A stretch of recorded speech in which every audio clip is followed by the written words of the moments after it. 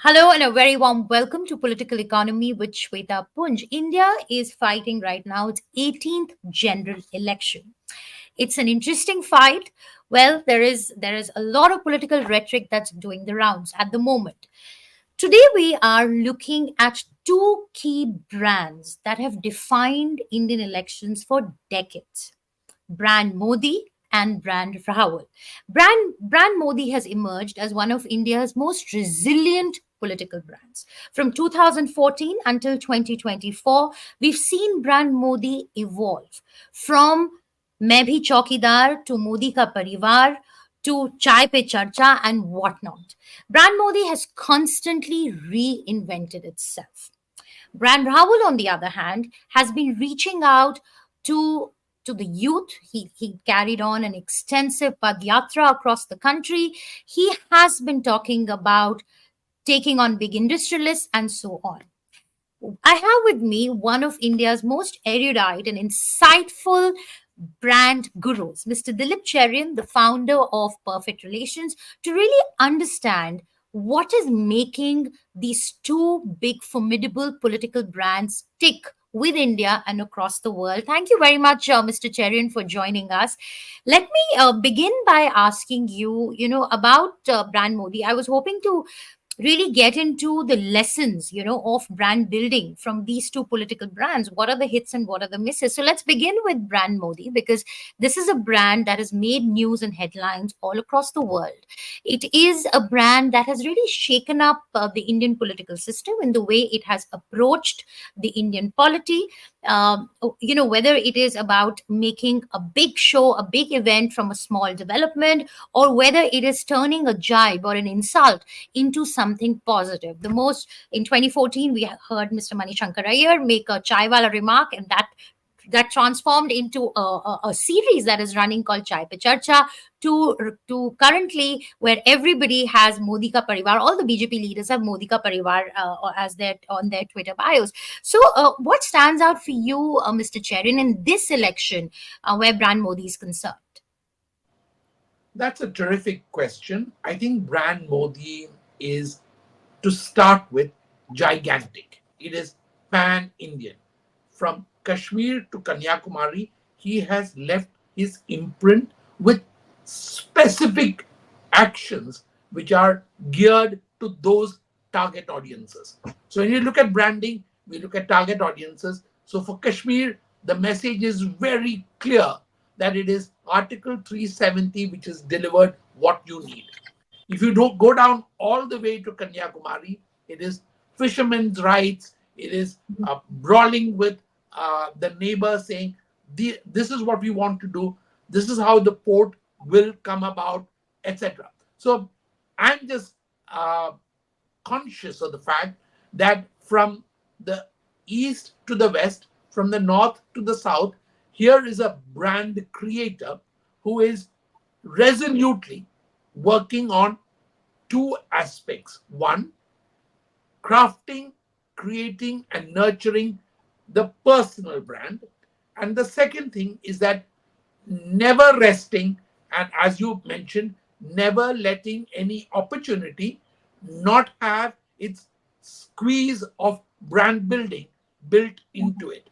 So I think here is a brand builder who makes other brand builders look like dwarfs because he's doing it himself.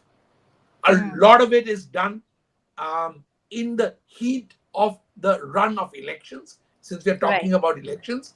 And he is very, very clear that his brand is the equivalent of the battering ram that the party needs to power through these elections. Right. So, Mr. Cherin, now the brand Modi that we see today, he is an outcome of years of branding, right? He branded himself as a doer, as an administrator when he was the chief minister of Gujarat, whether it's Vibrant Gujarat that he brought in or his speeches where he constantly spoke about how he means business. Now he's taken that forward. So when it comes to appealing, and I'll just take the point that you made, that he he makes it a point to appeal to different sections of the society, whether it is his messaging in Kanyakumari, where he's talking about local issues, or whether it is talking with appealing to the industrialists or speaking with the industrialists. So, in terms of branding principles, is there a parallel that we can draw between Mr. Modi and a leader, a global leader, who's done this very successfully? I think to make comparisons with any global leader would be actually diminishing Prime Minister Modi's achievements. Now, when I talked about target audiences, I started by doing the geographical targeting. Then, Right. what you mentioned, there is the demographic and professional targeting. Those are Hmm. different buckets. So, he has almost like a grid where there's geographical on one side, there's professional on the other side, there's a third axis which is age. So, for example, and then there is sex. So, for example, the appeal to women is different from the appeal to young men. The Hmm. appeal to those who are religious, i.e., around the Ram temple, is different from those who are seeking work in countries overseas or studying overseas and working on brand Modi as the rescue raft to bring them back to safety. So the branding matrix that Mr. Modi is working with is a matrix which has age, sex, profession, um, you know, geography, current income, all these aspects put in, like any brand planner would do. So Hmm. he is very clear that he has to touch in an election period on all the various metaphors which work to recall the work that created the brand Modi. Hmm. So you said that he's portraying himself as larger than life. He's a gigantic brand. So he is not one of us. He's not an everyday neta. He is somebody you aspire to. You somebody that you look up to, and that branding, that messaging has gone about very in a very systematic fashion. Absolutely. Um, in fact, the the um, the level to which it has gone, um, the stage on which he plays now, entertains only one leader, and that is a very different kind of style from a whole bunch of leaders before him in terms of allowing the mantle to accommodate more sub brands within it. So, this is the big distinction and difference in what he is doing currently and what he has been working towards. And in Hmm. a sense, this is the culmination of that. Hmm. Okay, let's talk about brand Rahul. Now he is young, and India is a younger country. India is a young country. It has a huge demographic dividend. However, having said that, in terms of messaging of Mr. Gandhi, what is the branding that he's going for in this election? My sense is that brand Rahul is to start with a brand that has built itself in a sense merely because he recognizes at a certain stage that the conventional style of democratic multi-leader um, jousting in the fields has been replaced but by one giant.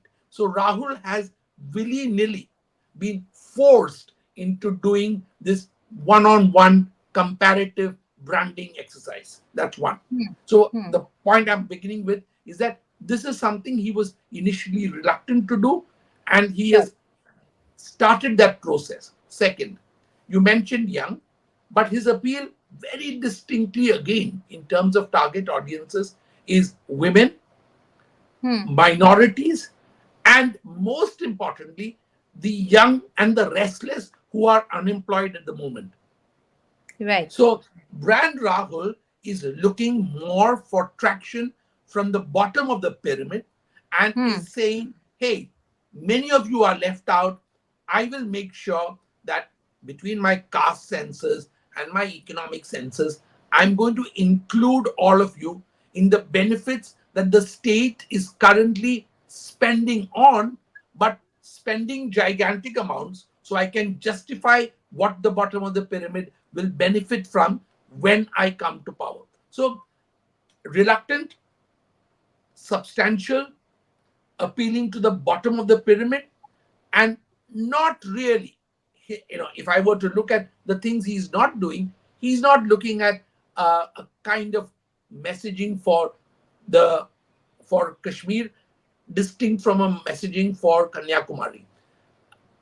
The Padyatras showed that it was one message that he was carrying right through the country. As he went from south to north, and as he traveled from east towards the west, he ensured that each yatra had one message. He stayed on that message. It was less about himself and more about the message. Right. So do you think in a country as diverse as India, this one message works in favor, or customizing your messaging depending on your people, on your target group works better? I think when a brand is constrained by both time, money, and resources, it has to opt for what Rahul has opted for, which is the wise option. There is Mhm. no point trying to compete with someone who is playing in a different ocean. So your blue ocean has to be your blue ocean.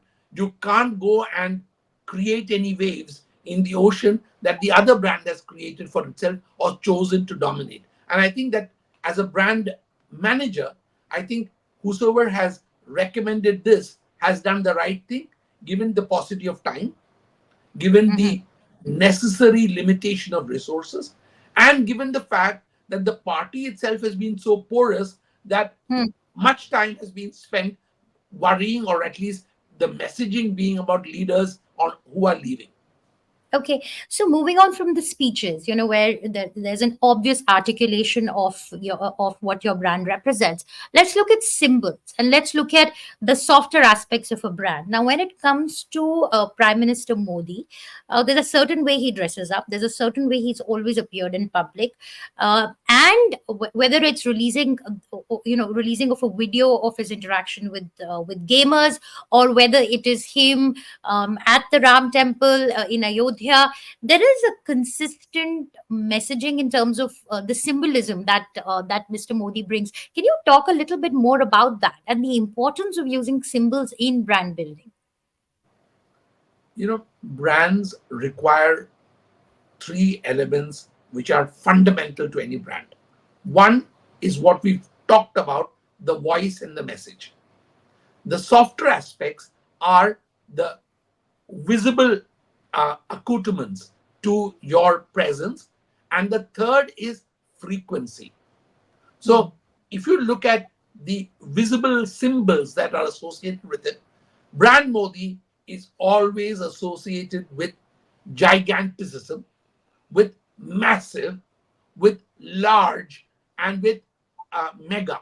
So even at the gamer thing, it was really looking at that as an exercise in recognizing the giganticism of the web gaming community, and of that and of its evolution.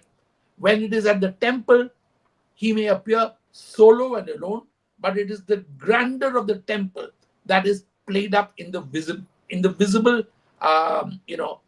reportage, or the what is put out at that point of time. So I think that in visible elements, brand Modi is about his clothes, about his style of walking, his speed, his energy, and the the setting of the stage. The setting of the stage is one of grandness. Now we've dealt with voice and we've dealt with the visibility. Then the third aspect is the frequency. Hmm. Brand Modi is uh, more frequent in terms of its visibility and news occupation, occupying the news space than any other brand. I mean, even if you were to go and do a survey of what is appearing on Bengali TV, I think that he would probably outnumber the outings of Didi, who's very active and energetic. Right. Rahul tries to match that, but Rahul simply does not have the machinery to match those number of outings. Okay, so we talk about consistent messaging. Now, when brand Modi, when Mr. Modi is out, when he's addressing rallies and so on, you'll see him in now what is being referred to as a Modi kurta or a Modi jacket. He has it's almost very Nehruvian from that point of view. Uh, However, when you look at Mr. Gandhi, well, Mr. Gandhi is appealing to people at the bottom of the pyramid. What's in the news is his Burberry T-shirts, his sunglasses, for instance. So, isn't that a break in messaging? As in, if you're trying to appeal to people at the bottom of the pyramid, and then there is this display of expensive clothes, does that hurt his brand or the I, credibility of his brand? I would think that it might be better for him to be seen more often in simpler clothes. But the other side of it, which works for brand Rahul, is the fact that everybody recognizes that what you see is what you get. And Hmm. what you see and what you get concurring is actually adding on to the honest brand that Rahul wants to portray. Honesty, integrity, and absolutely a kind of insouciance to not want to play the role of an actor. So, in many senses, it is a or natural kind of brand that Rahul is trying to create. And that juxtaposes very well with brand Modi, which is, in a sense, prepared, manicured, pedicured, and visibly uh, constructed in such a way that everything is done right. So Rahul's messages, for example, when he decided to put out a video message on the comments made about business houses, he decided to sit casually in a setting which definitely looked under rehearsed, and it worked very well because the messaging seemed natural and spontaneous. So there is a advantage to creating this spontaneous imagery as opposed to the calibrated and manicured imagery. Okay, so for the Indian audiences, for the Indian electorate, who does manicured imagery work better than spontaneous imagery? And just putting some global I, I perspective. just want I just want Yeah, to respond to that first before I yeah, lose sure. the thought. Sorry. I Yeah, hope that's okay. absolutely. Please go ahead. Yeah. So I think that it is an age factor. The those above 35 or 40 like a manicured presentation style image. Those from the 18 to the 40s are likely to want a more casual, meaning the desperation to have casual Fridays in office is a reflection of the younger millennial and anything below the boomer brands are quite comfortable with that. So I think that it's an age division that he's playing with, that both are playing with. Okay, let's talk about the misses. What is brand Modi not doing right? And what is it that he does or does not do that hurts his brand? Just to wrap this up, I think brand Modi is probably uh, testing the edges, as it were, with messaging at the moment. Is that because in the heat of a May election, you tend to go to the extreme ends of your position? I don't Hmm. know. Uh, as far as brand Rahul is concerned, he is the point that's so I consider that a miss because you're going outside your carefully cultivated zone and crafted messages of the past and Hmm. violating some of those tenets now. But it's election time and therefore it's okay. In terms of brand, Rahul, I think what is the big miss um, is the slow start and the inability to have raised the pitch to a much higher level before election season. Election season is when your brand has, in a sense, to give fruit. It is not when you build brand. The brand should have been built assiduously much earlier, and the miss is that that time, if you take the time before the yatras, was a, in a sense, downtime, and that was a bit of a waste. So I want to ask you, Mr. Cherian, when Mr. Gandhi makes comments on wealth redistribution, when he talks about the caste census, what does it do for his brand in an urban setting? I think it's too complex for the average urban voter to understand the nuances of it. I'm not saying that the urban or the rural voter is not able to comprehend that. But I think that the election is not a great time to try and explain that, because elections are not time for explainers. It unfortunately is a time for expletives. Sure. Very quickly, any lessons for corporate India from these two political brands? Absolutely. The lessons for corporate India are very simple and very straightforward. One, start early. Two, figure out all the dimensions of the image matrix. The image matrix needs to be discussed threadbare with experts, not just with your marketing people, but also people who understand image making. And number three, invest enough effort in it, enough money in it, and ensure that your target audience is the audience that will buy your product, not just hear about your product. Ignore those who want to hear about the product. Focus on those who will buy your product, the ones who will vote for you. So, who is Mr. Modi and who is Mr. Gandhi targeting right now? People who will vote for them or people who will listen to them and I think feel pain?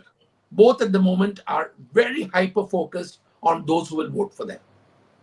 All right. Okay. Thank you very much, Mr. Cherian, Thank for you. these Thank you. invaluable branding insights. And of course, we'll keep tracking this story until June 4th, and then we'll know who the winner is. Thank you so much. Thanks so much for Thank you. joining, and a big thank you to all our viewers for tuning in.